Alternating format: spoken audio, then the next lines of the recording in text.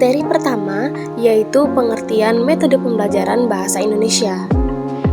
Nah, metode pembelajaran adalah serangkaian cara atau prosedur terstruktur yang digunakan oleh guru untuk menyampaikan materi kepada siswa. Hal ini bertujuan untuk memudahkan pencapaian kompetisi yang diharapkan pada kegiatan pembelajaran. Pembelajaran bahasa Indonesia ini meliputi keterampilan berbahasa seperti menyimak, berbicara, membaca, dan menulis. Setiap keterampilan tersebut memerlukan metode pembelajaran yang berbeda sesuai dengan tujuan dan juga karakteristik dari materi yang diajarkan. Sebagai contoh, untuk meningkatkan keterampilan berbicara, metode diskusi dan juga bermain peran atau role playing dapat digunakan karena kedua metode ini melibatkan siswa secara langsung dalam penggunaan bahasa. Sebaliknya, untuk keterampilan membaca dan memahami teks, metode inquiry atau ceramah interaktif lebih cocok diterapkan dalam kegiatan pembelajaran. Hal ini karena siswa dituntut untuk menganalisis informasi secara lebih mendalam. Dalam konteks pembelajaran bahasa Indonesia, pemilihan metode yang akan digunakan dalam pembelajaran dengan tepat sangat penting karena metode ini berfungsi untuk membentuk pengalaman belajar yang bermakna bagi siswa. Dalam konteks pembelajaran, banyak yang keliru antara metode, model, dan juga pendekatan. Seringkali, ketiga hal ini dianggap sama dalam kegiatan pembelajaran. Namun perlu kita ketahui bersama, ketiga hal ini memiliki konsep yang berbeda walaupun masih berkaitan. Yang pertama ada pendekatan pembelajaran. Pendekatan pembelajaran merupakan pandangan filosofi atau teoritis yang melandasi cara penyusunan, metode, dan juga strategi dalam pengajaran. Pendekatan ini dapat bersifat teacher center atau berpusat pada guru dan student center atau berpusat pada siswa. Yang kedua ada model pembelajaran, yang mana model pembelajaran merupakan kerangka konseptual yang menggambarkan prosedur sistematika dalam mengorganisasikan pengalaman belajar siswa untuk mencapai tujuan yang ingin dicapai. Model pembelajaran lebih bersifat menyeluruh atau dalam kerangka yang lebih besar dibandingkan dengan metode pembelajaran. Yang ketiga ada metode pembelajaran, yang mana metode pembelajaran ini merujuk pada langkah-langkah sistematis dalam menyampaikan materi kepada siswa. Hal ini bertujuan untuk mencapai tujuan yang ingin dicapai dalam kegiatan pembelajaran tersebut. Dalam konteks pembelajaran bahasa Indonesia, metode ini menjadi aspek penting karena tidak hanya berfungsi sebagai sarana penyampaian materi, tetapi juga sebagai alat untuk melibatkan siswa secara aktif dalam proses belajar mengajar. Jenis-jenis metode pembelajaran yang efektif dalam pengajaran bahasa Indonesia. Proses pembelajaran yang efektif, menyenangkan, menarik, dan bermakna bagi siswa dipengaruhi oleh berbagai unsur belajar siswa yang memadai. Tersedianya berbagai sumber belajar akan mendukung penciptaan kondisi belajar siswa yang menarik dan menyenangkan. Salah satu sumber belajar tersebut adalah media pembelajaran. Di dalam konteks pembelajaran bahasa Indonesia, para guru sering kebingungan untuk membedakan media dengan materi. Misalnya, contoh iklan yang mengembangkan kompetensi memahami wacana iklan dianggap sebagai media, contohnya puisi untuk mengembangkan kompetensi memahami isi puisi, dipandang sebagai media atau contoh grafik. Seringkali dianggap sebagai media ketika digunakan untuk pembelajaran mengubah grafik ke dalam wacana naratif. Semua contoh tersebut adalah materi, sedangkan medianya adalah perantara untuk menyampaikan materi tersebut. seperti film, rekaman, foto, atau potong-potongan iklan untuk mengembangkan kemampuan menulis puisi. Oleh sebab itu, saat mengajar, guru harus lebih memilih media pembelajaran yang sesuai dengan tujuan pembelajaran. Bukan hanya media yang harus dipertimbangkan, tetapi metode yang digunakan juga harus tepat. Karena mengingatnya bagian penting dari sistem pendidikan nasional adalah pembelajaran bahasa Indonesia, oleh sebab itu memerlukan pendekatan yang tepat agar siswa dapat menguasai berbagai aspek bahasa, baik secara lisan maupun tulisan. Untuk mencapai tujuan ini, pendidik harus menggunakan metode pembelajaran yang efektif. Berikut adalah beberapa metode pembelajaran yang terbukti berhasil. Pertama yaitu metode pembelajaran langsung. Salah satu metode yang paling umum digunakan di kelas adalah metode pembelajaran langsung. Guru memberikan instruksi secara langsung, menggunakan penjelasan verbal, contoh, dan demonstrasi. Yang kedua yaitu metode diskusi. Metode diskusi memungkinkan siswa untuk lebih aktif terlibat dalam pembelajaran. Guru memungkinkan siswa berbicara dalam kelompok atau di kelas tentang topik yang dipelajari. Metode ini sangat efektif dalam mengajarkan bahasa Indonesia. Metode ini membantu siswa menjadi lebih terlibat dalam proses pembelajaran karena mendorong mereka untuk berpikir kritis dan mengutarakan pendapat mereka. Metode bermain peran. Metode bermain peran adalah teknik pembelajaran di mana siswa diminta untuk memainkan peran tertentu dalam situasi atau skenario yang diberikan. Metode ini sering digunakan dalam pengajaran keterampilan berbicara dan berkomunikasi dalam bahasa Indonesia. Misalnya, siswa bisa diminta untuk memerankan tokoh dalam suatu cerita atau melakukan simulasi wawancara atau debat. Dengan metode ini, siswa dapat lebih memahami penggunaan bahasa dalam konteks sosial yang beragam. Selain itu, metode ini juga mengembangkan kemampuan berpikir kreatif dan berkomunikasi secara efektif. Kelebihan metode bermain peran adalah kemampuan siswa untuk mengaplikasikan bahasa dalam situasi nyata secara spontan.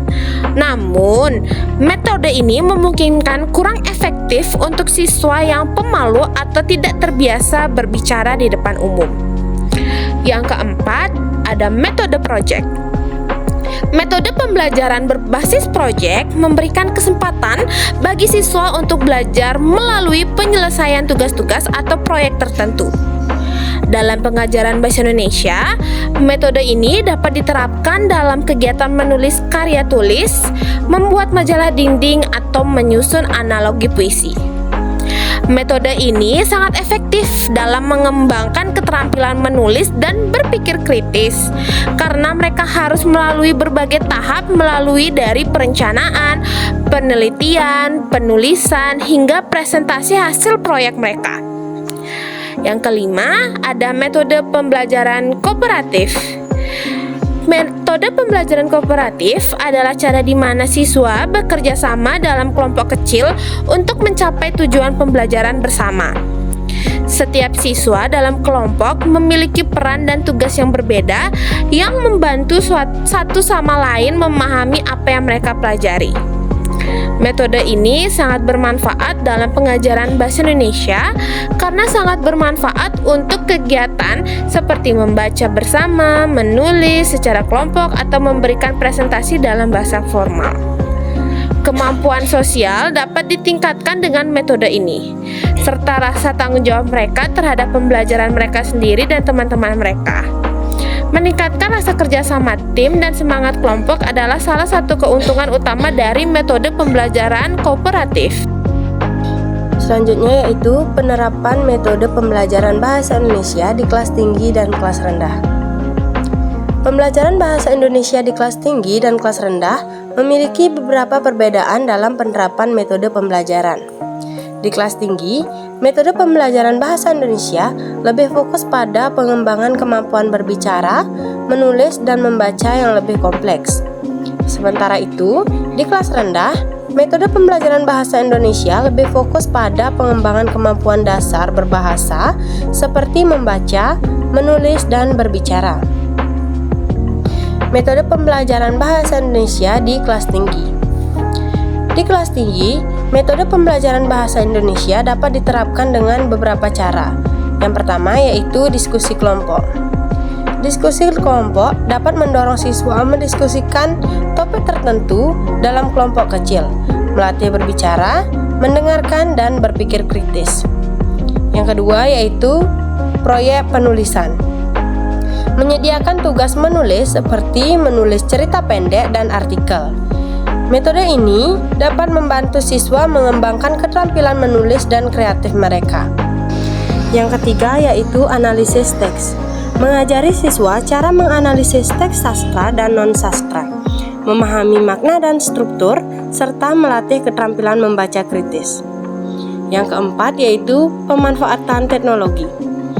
Memanfaatkan aplikasi dan platform digital untuk mempelajari bahasa. Contohnya yaitu video pembelajaran, forum diskusi online, dan permainan pembelajaran. Selanjutnya, metode pembelajaran bahasa Indonesia di kelas rendah. Di kelas rendah, metode pembelajaran bahasa Indonesia dapat diterapkan dengan berbagai cara. Yang pertama yaitu metode bermain. Pembelajaran melalui permainan seperti permainan kata, permainan penalaran, dan kuis, membantu siswa menghafal kosakata dan struktur kalimat secara interaktif. Yang kedua yaitu storytelling. Gunakan cerita yang sederhana dan menarik. Metode ini tidak hanya meningkatkan pendengaran, tetapi juga mendorong siswa untuk berbicara dan berimajinasi. Yang ketiga, kegiatan praktek. Libatkan siswa dalam aktivitas sehari-hari yang berhubungan dengan bahasa seperti menggambar, melukis, atau membuat poster tentang kosakata baru. Yang keempat, penggunaan media visual. Penggunaan gambar, video, dan alat bantu visual lainnya untuk menarik perhatian siswa dan memudahkan pemahaman konsep bahasa. Materi yang selanjutnya yaitu mengenai perbedaan penerapan metode pembelajaran bahasa Indonesia antara kelas tinggi dan kelas rendah. Perbedaan yang pertama dapat dilihat dari aspek teoritis dan filosofis. Metode pengajaran di kelas bawah didasarkan pada teori perkembangan kognitif Piaget dan anak berada pada tahap operasional konkret. Oleh karena itu, pembelajaran berfokus pada apa yang dapat diamati dan dialami siswa secara langsung. Sementara itu, di kelas tinggi, pendekatan yang lebih abstrak mulai diterapkan seiring dengan berkembangnya keterampilan berpikir logis siswa. Di kelas rendah, pendekatan pembelajaran terintegrasi secara tematis, lebih menyukai pengalaman langsung dan konkret. Pembelajaran dikemas dalam bentuk permainan dan kegiatan yang menyenangkan, berfokus pada pengembangan keterampilan dasar. Sedangkan di kelas tinggi, pendekatan pembelajaran mulai bersifat analitis, dapat menangani konsep yang lebih abstrak. Pembelajaran dikemas dalam bentuk proyek dan pemecahan masalah, serta penekanan pada pengembangan kemampuan kritis. Perbedaan yang kedua dapat dilihat dari penerapan metode pembelajaran. Nah, metode pembelajaran untuk kelas rendah yaitu metode bermain dan bernyanyi. Penggunaan permainan, kata seperti kata berantai atau tebak kata, lagu-lagu edukatif untuk mengenalkan kosakata baru, permainan peran untuk melatih kemampuan berbicara.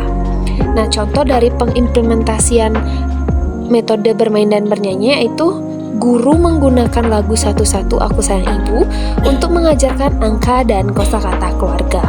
Yang kedua ada metode storytelling. Penggunaan cerita sederhana dengan alur linier. Buku cerita bergambar seperti media utama, teknik bercerita interaktif dengan melibatkan siswa. Contoh pengimplementasiannya yaitu guru membacakan dongeng si kancil dengan menggunakan boneka tangan dan mengajak siswa menirukan suara hewan.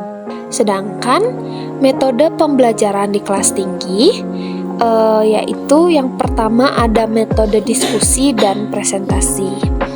Diskusi kelompok tentang topik tertentu, presentasi hasil diskusi di kelas, perdebatan sederhana tentang topik terkait contoh diskusi dalam kelompok.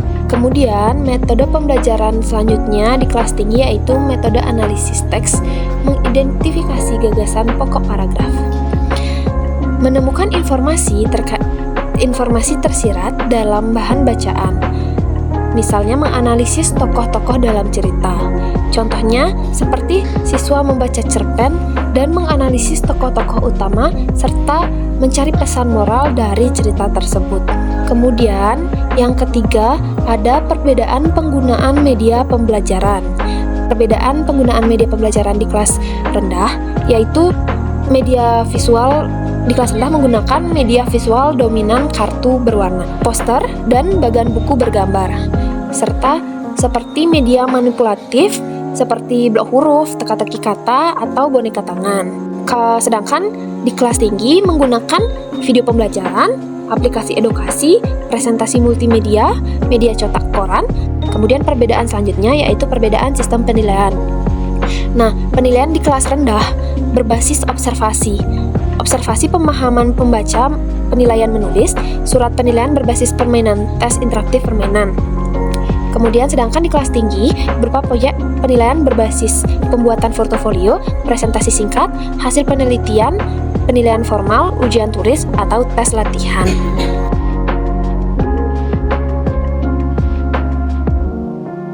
Tujuan pembelajaran bahasa Indonesia di sekolah adalah untuk membantu siswa meningkatkan kemampuan berbahasa mereka, baik dalam mendengar, berbicara, membaca, dan menulis. Untuk mencapai tujuan ini, guru perlu memilih metode pembelajaran yang tepat. Ini sangat penting karena mempengaruhi efektivitas proses pembelajaran mengajar dan kemampuan siswa dalam memahami materi. Selain itu, sangat berpengaruh pada motivasi dan minat belajar siswa. Dengan memilih metode yang tepat dapat meningkatkan motivasi pembelajaran siswa. Salah satu faktor penting dalam pembelajaran adalah minat siswa terhadap materi yang diajarkan. Siswa akan lebih termotivasi untuk belajar jika guru dapat memilih metode yang sesuai dengan gaya belajar siswa dan minat mereka. Misalnya menggunakan metode pembelajaran kontekstual yang menghubungkan materi dengan situasi dunia nyata akan membuat siswa lebih tertarik karena mereka dapat melihat relevansi pembelajaran dengan kehidupan sehari-hari. Bukan hanya itu, dengan pemilihan metode pembelajaran yang tepat dapat juga mengembangkan keterampilan berpikir kritis. Siswa dapat memperoleh keterampilan berpikir kritis dan kreatif dengan menggunakan pendekatan pembelajaran yang tepat seperti inquiry dan pembelajaran berbasis proyek. Metode ini memungkinkan siswa untuk menyelidiki masalah, menemukan informasi, dan kemudian menyelesaikan masalah. Selama proses ini, siswa menggunakan kemampuan kritis dan analisis mereka untuk memahami teks, memeriksa maknanya, dan membuat hubungan antara informasi yang mereka peroleh. Demikian pula, metode pembelajaran berbasis proyek memberi siswa kesempatan untuk bereksperimen dengan tugas yang mereka berikan.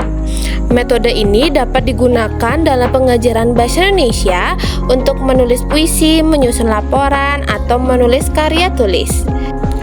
Jadi, siswa tidak hanya belajar aturan berbahasa, tetapi mereka juga terlibat dalam proses berpikir kreatif yang meningkatkan cara mereka berbicara dengan bahasa. Setiap siswa memiliki gaya belajar yang unik.